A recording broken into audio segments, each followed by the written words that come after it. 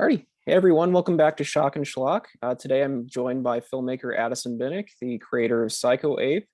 Addison, thanks for being here today. Thanks for Glad you're having me. of course, glad you're taking the time out of your day for this. So let's just get right into it here. First things first, I've been enjoying your series, Movies to Watch on a Rainy Afternoon recently as well. Oh, thank Um, you. Definitely saw some influence from those movies on Psycho Ape as well there. Oh, yeah. I was so first things first here. What sort of got you into this B movie genre as a whole? I know that I've personally been really into those types of film for a long time, but there's certainly not something that everybody sort of gets the point of there. Sort of what draws you to that type of filmmaking? Well, I mean, I've been a fan of like Trauma and Full Moon. I mean, since I was 10 years old, Hmm. going to Blockbuster or any other like local video store, they always had Puppet Master and, Toxic Avenger and stuff. And I just really gravitated towards that stuff because it was interesting. I mean, Hmm. I love, Friday the 13th, Halloween, Nightmare on Elm Street, just all the classic uh, horror franchises. But once you burn through all those, then you have to start looking for, other stuff that's, a little bit more fringe and weird and unique and stuff that not every video store has. And so you have to kind of seek this stuff out. Um, and I don't know, it's the fact that a lot of these movies they don't take themselves seriously because they're so low budget and they make fun of their own, shortcomings, especially a trauma film. And I really love, I mean, funny stuff. I love humor in horror films like Evil Dead 2, Absolutely. The Return of the Living Dead. I love that kind of satire where, they're not trying to scare the audience. They're just trying to entertain us and make us laugh. And it's just like a roller coaster of gags and, gore. Hmm. So that's kind of what I've always just wanted to do was make people laugh with schlocky entertainment. Yeah, I think that's what drew me to it in the first place too, is going to Blockbuster, seeing stuff there. I mean, at least from the more modern full moon movies, like Ginger Dead Man was one that I saw there a lot as a kid, and I remember being like 7 or 8 years old, going in there, seeing that movie, and it just scared the hell out of me. And then watching it as an adult, it's like sort of definitely got me into that sort of filmmaking as well. Stuff like Poultrygeist from Oh Troma yeah. as well, Toxic Avenger, like you said, and another one was Sergeant Kabuki Man, which Mhm. obviously saw the influence on Psycho Ape there with the same actor there. How did you go about finding actors for the movie like that for this as well? Like, how did you pitch that? I know this is probably your first sort of big movie that at least you made Mhm. on your own here. So, Well, before Psycho Ape, I had been doing movies to watch on a rainy afternoon for, I don't know, 6 or 7 years, something like that. I was at about 100 shows, and I got into contact with Troma and Lloyd Kaufman through Twitter because I had done an episode of Rabid Grannies, like a riff of mhm. that, and Troma, the Twitter account, retweeted it. So I contacted them and I asked them, hey, if you liked that, could I do some stuff like for the Troma YouTube channel or for their, at the time, they hadn't launched it yet, but they were advertising Troma Now, which was going to be sort of their streaming service like Netflix. And I wanted to either do like rainy afternoons with Troma, or I also always wanted to do a full length riffing show called, I didn't have a title yet, but I wanted to do a full length riffing show with like uncut sort of, splatter grindhouse movies. Because Mystery Science Theater is my favorite show, but they don't show like R-rated content or anything. Yeah. They censor, Hmm. they cut nudity, they cut violence because they had to be on cable television. So I always wanted to do one, something like that, with puppets and silhouettes and riffing in front of a movie, but with an uncut like splatter movie that was totally crazy. So I thought Trauma would be a perfect fit, and I started talking to Lloyd. I pitched him the idea of Tro Masterpiece Theater, riffing on Trauma stuff. And so he let me do his movie, The Battle of Love's Return, which was his first movie that he ever made, and it's pretty rare. It's hard to find. I think he told me because I had a VHS of it, still sealed, and I wanted him to sign it, and he told me not to open it because they only ever made like 50 copies. Hmm. Um, but it's not a good movie, and he's like the first to admit it. You know, he was 25 years old in 1971 when he made that movie. So we riffed that, and a fan who, you know, has his own trauma connections, and he's made like a trauma documentary, um, set up a screening in New York of True Masterpiece Theater, The Battle of Love's Return, and Sergeant Kabuki Man. So I flew out to New York for this double feature screening, and he had also invited Bill Whedon, who was, you know, the villain Yeah. in Hmm. Sergeant Kabuki Man. So that was my first time meeting Bill Whedon, and it was at a double feature with a movie he's in and a movie, I guess not a movie, but episode 1 of my riffing show. And I noticed he kept, you know, leaving every once in a while from the theater during True Masterpiece Theater, and I thought like, oh, he doesn't like it, like he doesn't Yeah. like our jokes, you know, like he's just, it's not for him. Hmm. But so when the screening ended, I went out in the lobby and I asked him like, so what'd you think? And he told me the riffing was really funny and he liked my puppets and everything, but the movie was so bad that he just couldn't take it in like Yeah. any more than like 10 or 15 minute long Yeah. chunks. And he was like, I can't believe Lloyd made that movie. Because, you know, he's been in like 3 Lloyd Kaufman movies at this Hmm. point. He did Kabuki Man, and then he did a cameo in Toxic Avenger Part 4 as a doctor. And then he was in Shakespeare's Shitstorm. He's got a small cameo in that. So by the time I met him, you know, he had already done those 3 trauma films. And so he's well versed in the trauma universe, and he had never seen Battle of Love's Return before, and he just hated it. But he thought the riffing was funny. And so he asked me, you know, if I was working on anything else. And at the time, we were writing the script to Psycho Ape. And he said that if we were going to film in New York for anything, to hit him up and, you know, offer him a cameo. Because we knew we were going to have a big, like, King Kong ending in our movie. So I figured, like, okay, when we come out to New York to film our King Kong ending, that's when we'll contact him, you know, as maybe a shocked onlooker or something. Hmm.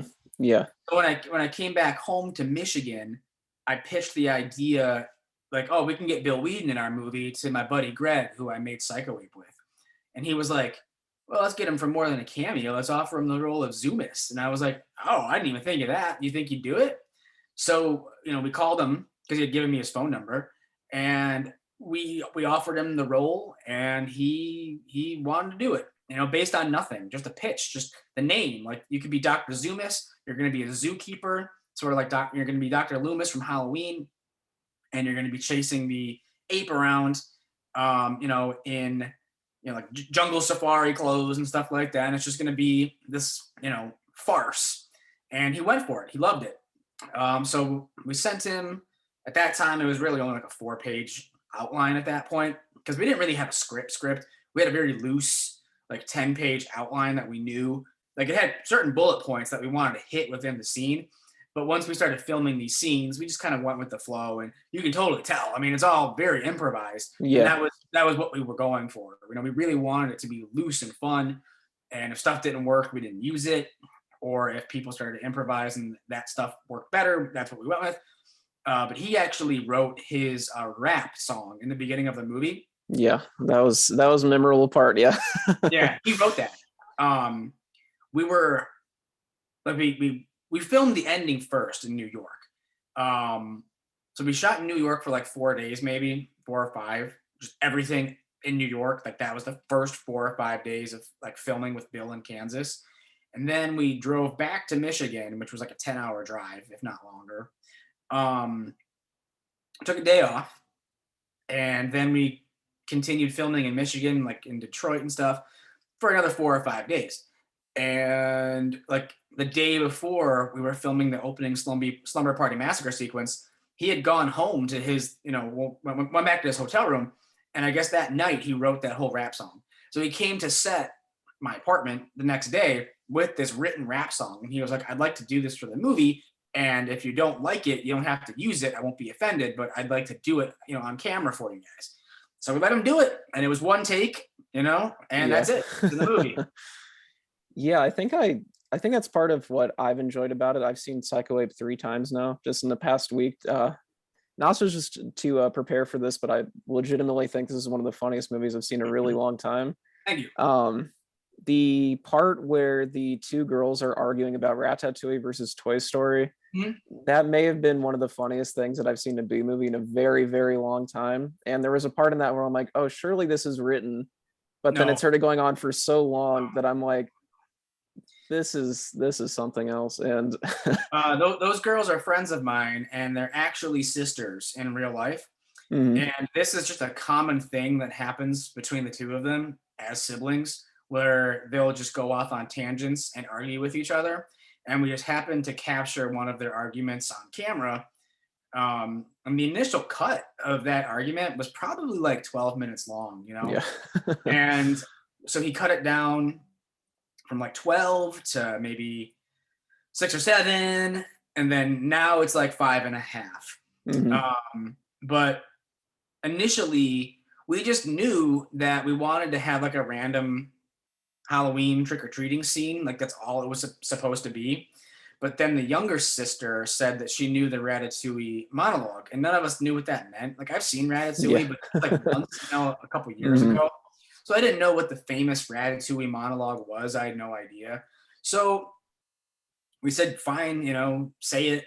And again, if it doesn't make any sense, or if it's not like if it's too long, we'll cut it. So again, one take. Greg is following them as she's reciting the monologue and walking through our apartment parking lot, and eventually it just spiraled out of control where they got to the foot of our door and they just started arguing over which movie was better, Ratatouille or Toy Story, and it just none of it was scripted. It wasn't supposed to happen. It just kept going and going and going. And you can see like my neighbor in the background on his balcony smoking a cigarette. He goes in, he comes back out, probably yeah. because he wanted to get away from the argument and didn't, want to be on camera because he had no idea what was going on. Mhm, Um, he just sees these people down there arguing about Ratatouille versus Toy Story. There's a guy with a camera and a guy in a monkey suit. You don't know what's going on. So they went on and on and on, and then you could see me in the movie sort of wave my arms and say like that's enough because it had been going on for yeah. like 15 minutes. Yeah. I thought they would burn out. I thought they would lose steam after like 5 or 10 minutes, and they never did. Mhm, And Greg just kept filming the entire time, and he was coming up with new shots, like following them around in a circle, yeah. zooming in, getting close-ups. Then like the random characters emerge from the trees because they were Mhm, just kind of hanging out because we had filmed their kill scene earlier in the day. They're the makeout couple who gets the banana like shish kebab through their yeah. mouths. Mhm, You can see the guy has blood like all over his shirt from when it was dripping out of his mouth. So these random characters that you've already seen die like come back into the scene for some reason. Um, and yeah, it was just madness, but yeah, it's just a random scene and it didn't have anything to do with anything. It was just supposed to be a trick or treat scene that became something else entirely. yeah, and I think it added a lot to the movie, stuff like that, where it felt more natural. It definitely felt like some of those unintentionally funny movies. Trauma usually is sort of just like a play on itself, but a lot of those older B movies where you can just kind of see that the cameras is rolling and things are happening, they sort of forget that it's there. I've always really liked that about that type of movie, like that more natural feeling there. I feel like it adds a lot of charm to the movie too. But how did you decide for this though? Like, how to skate the fine line between being like intentionally like a farce and making fun of yourself versus like going too far in that. I know that a lot of movies that try to be like Psycho Ape, like that form of movie, sometimes they go too far into the so bad that it's good like headspace there where they try to be as funny about themselves as possible and it just becomes like intentionally bad, but then it just goes back to being bad. But Psycho Right. Ape didn't feel I know like what that. you mean. Yeah. I don't know how we skirted that line. I mean, we're filming what we thought was funny enough, Hmm. without really shining a spotlight on everything. Because, I mean, there's movies like Birdemic where the director thought he was making a masterpiece. And it was just some terrible, Alfred Hitchcock Yeah. ripoff with bird gifs that Hmm. are motionless. Like the wings are flapping, but the birds are going nowhere. Oh yeah. So that's a case of just a director not knowing what he's doing. Hmm. But we set out to make a stupid movie. Like we knew it was going to be stupid because we wrote it that way. Yeah. And we knew that the ape costume looked bad. We knew that there was going to be continuity problems. We knew that the gore effects would be terrible.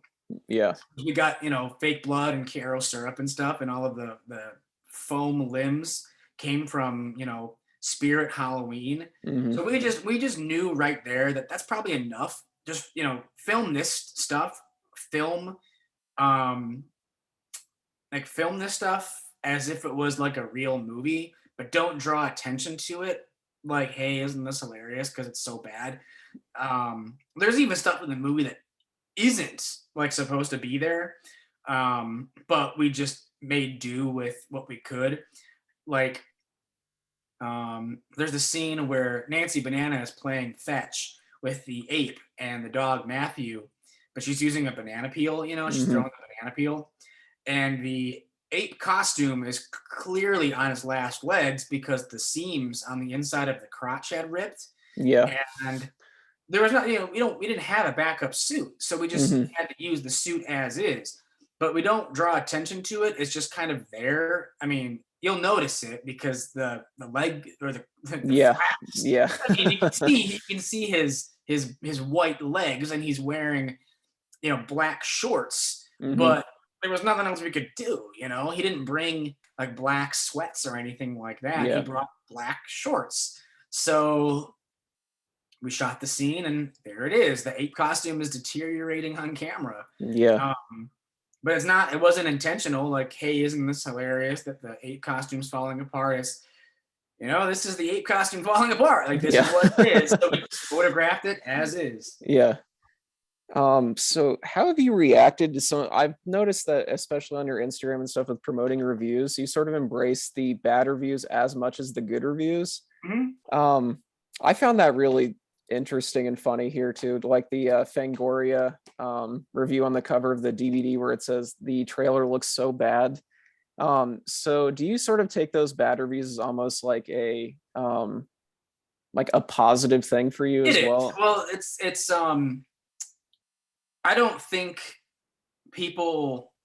I mean, I don't think people should really take themselves seriously when it comes to like indie movies, indie low budget horror movies and stuff. And we made a comedy. We didn't make something to like scare people. We made an hour-long piece of entertainment. It's just it's comedic. Did it make you laugh? Then it succeeded. Yeah. But we've gotten a couple reviews where the reviewer tried to review the movie or rate the movie based on actual like star ratings or like as an actual film, but it's like it doesn't follow those rules. It's not supposed to be that. This isn't like we set out to make a real like King Kong or something like that. Like, this is a dumb ape movie.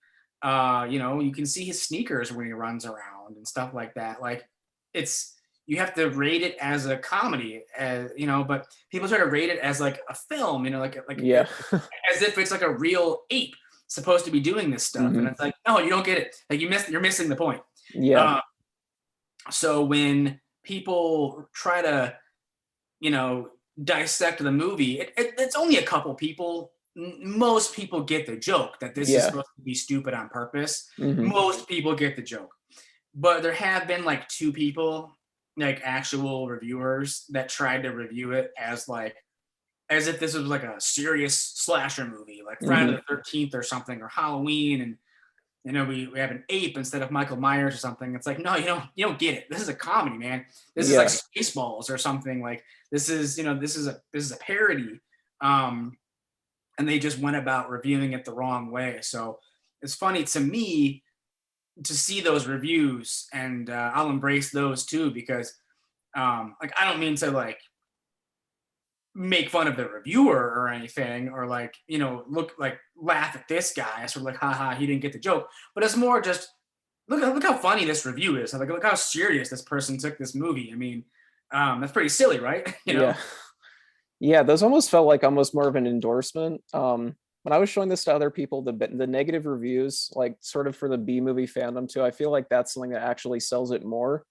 And Well, that's what I was especially kind with of hoping. Like, I've been doing this stuff for a couple of years now with Troma and Rainy Afternoon and Your Masterpiece Theater, but I never had my own original like movie. Mhm. And I was at a convention in like 2018, 2019, and this guy came up to my table. I was selling, True Masterpiece Theater, and I was selling other movies, just compilation DVDs of my movies to watch on a rainy afternoon show. And he asked me like, "What's the worst movie at this table?"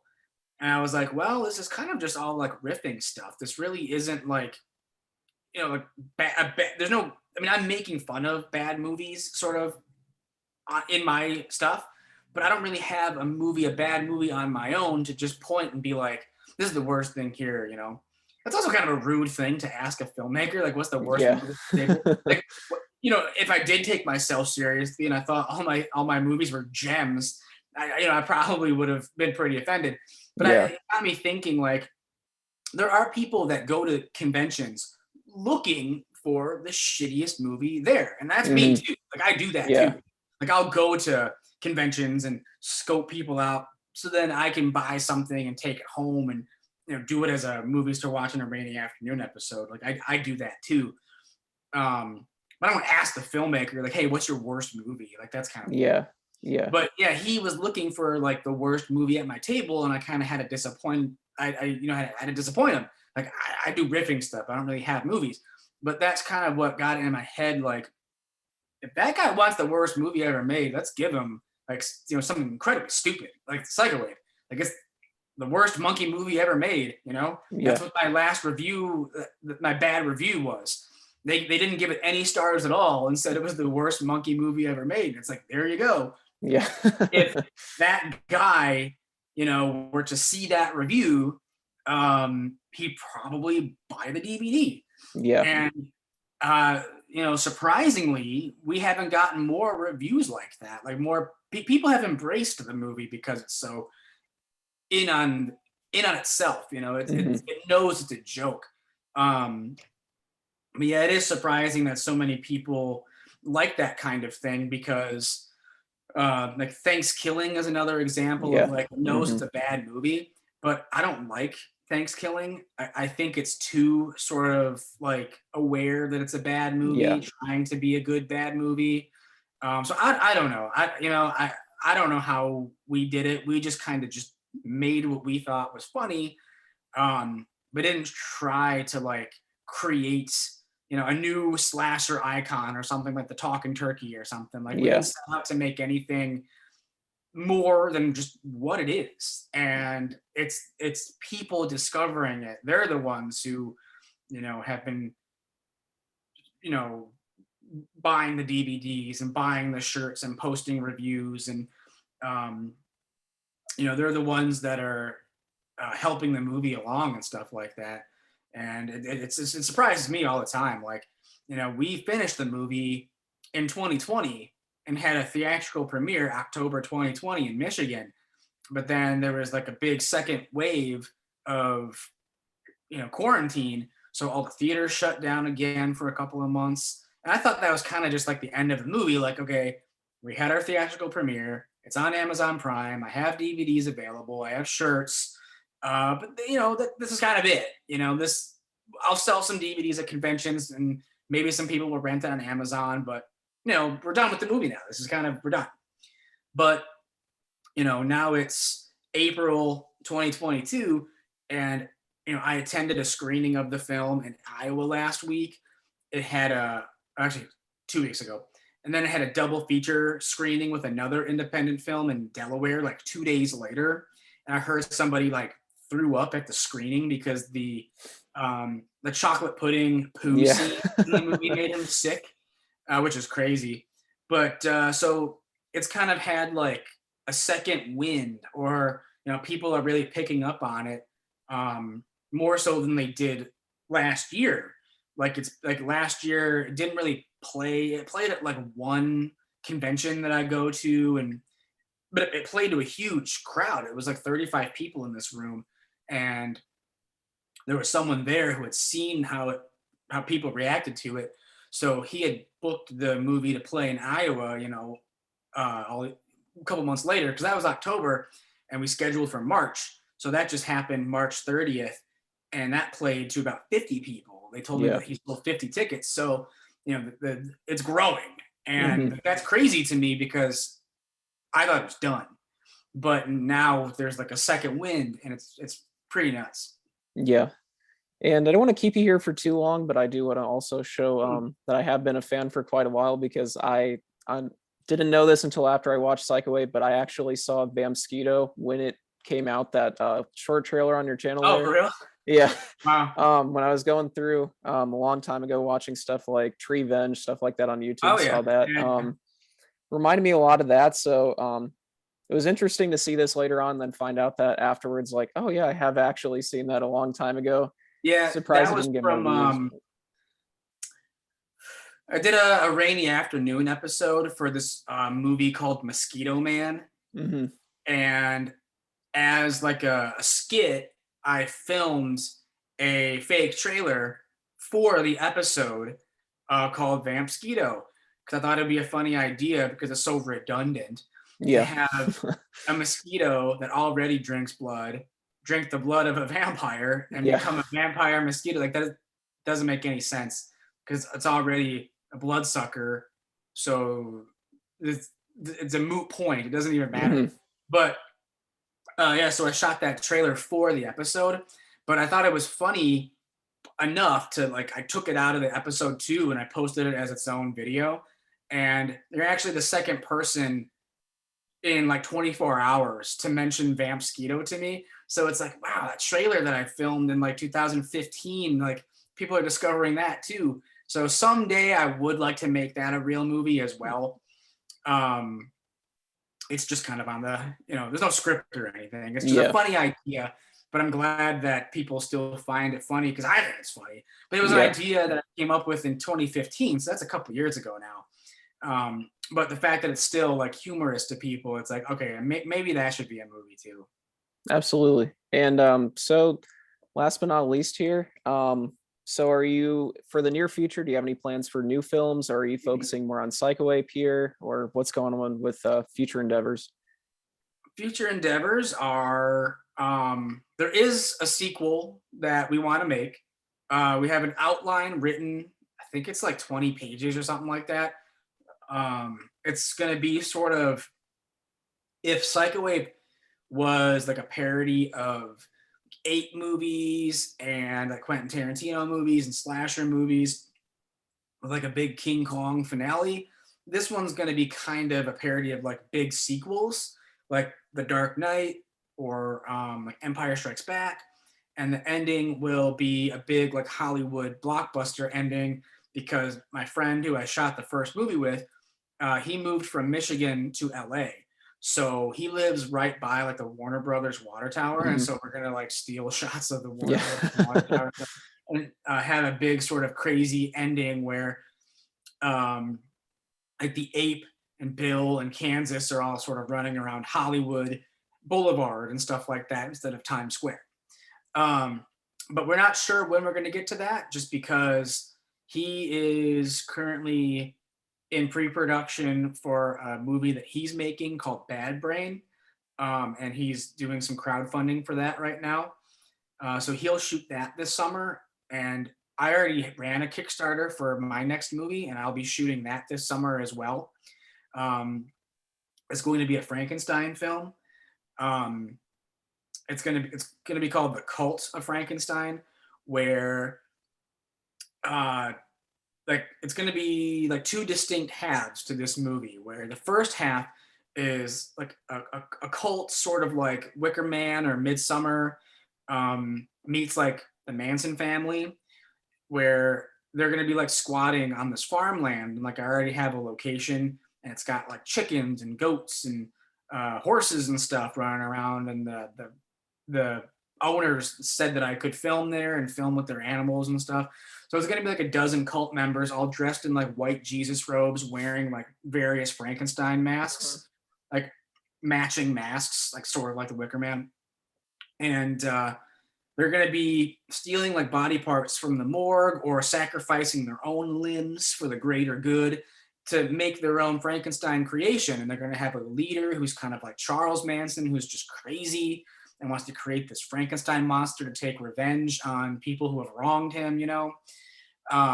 So once they bring their Frankenstein creation to life, it breaks loose, it escapes. And then the second half of the movie is Bill Whedon will be like a great like grand descendant of the original Dr. Frankenstein, and he's creating his own army of Frankenstein monsters, but he pits them together and charges people to watch like monster fights, like UFC fights in his backyard. And so it's going to be people in crappy like rubber Frankenstein masks with like the neck flap hanging out of their shirts and stuff, ripping each other's limbs off, you know. And so eventually the Frankenstein from the first half of the movie will make its way to Transylvania or whatever, wherever Bill is, and realize that like all this great grand descendant of like the Frankenstein legacy is using his science for evil and for monetary gain. And it just turns into a full on just like monster fights, Frankenstein fights, where our like cult Frankenstein monster is going to take on this army of Frankenstein monsters. And the second half is kind of like a Godzilla movie or something where it's just monster fights, you know, just rubber monsters fighting each other. And I've already gotten most of the props for that. I'm going to be shooting this movie on 4K. I'm going to get a 4K camera so it looks super sharp as opposed to Psycho Ape, because Psycho Ape was intentionally shot on mini DV tape to make it look like it was, you know, made 20 years ago or something like that. But for this, I want to shoot it in like super high def because I think shooting like crappy low budget gore effects and like rubber Frankenstein masks, if you were to film that in 4K, it's going to really emphasize just how cheap and shitty these costumes are. That's the like the opposite joke. I'm going in the other direction because the first time around with Psycho Ape, it's let's shoot this on tape to make it look like a shot on video, like backyard movie from 20 years ago. So now I want to do like, let's do a shot on video backyard movie, but for 2022, where every independent filmmaker can get their hands on a 4K camera now. So let's shoot, you know, the same kind of rubber limbs and Caro syrup splattering around, but with like terrible like Frankenstein masks that you could buy at a Halloween store that doesn't look good at all. So that I think that's really going to sort of emphasize the humor, because it's not going to be like Psycho Ape where it's like a series of like gags and jokes and parody scenes. It's more going to be like if it was a serious horror film, but done for just like a couple $1,000, and you know what I mean? But like also it's gonna, I'm aware that this is going to be schlocky and low budget, but I'm not gonna have like people sort of winking to the audience or having parody scenes or having, you know, moments of like meta stuff. It's just gonna sort of like, here is like, you know, if like Rob Zombie when he was 15 or something got like a 4K camera or something and tried to make a movie about Frankenstein in his backyard. So like that's kind of the aesthetic this time around, rather than like a big spoof movie. Yeah. And I know that I'm certainly going to be doing a review of that when it comes out. Looking forward to it a lot there. Gonna post some links to purchase Psycho Ape and to check you out in the description of this video as well. So yeah, I just appreciate you taking the time to sit here with me today. I encourage everybody that's watching this video to check out Psycho Ape if they haven't. Definitely one of my favorite B movies in a long time. So Addison, thanks for joining me again here today. Really appreciate it. Thanks. Yeah, thanks. Alrighty, you have a great day. You too. Thanks. Bye.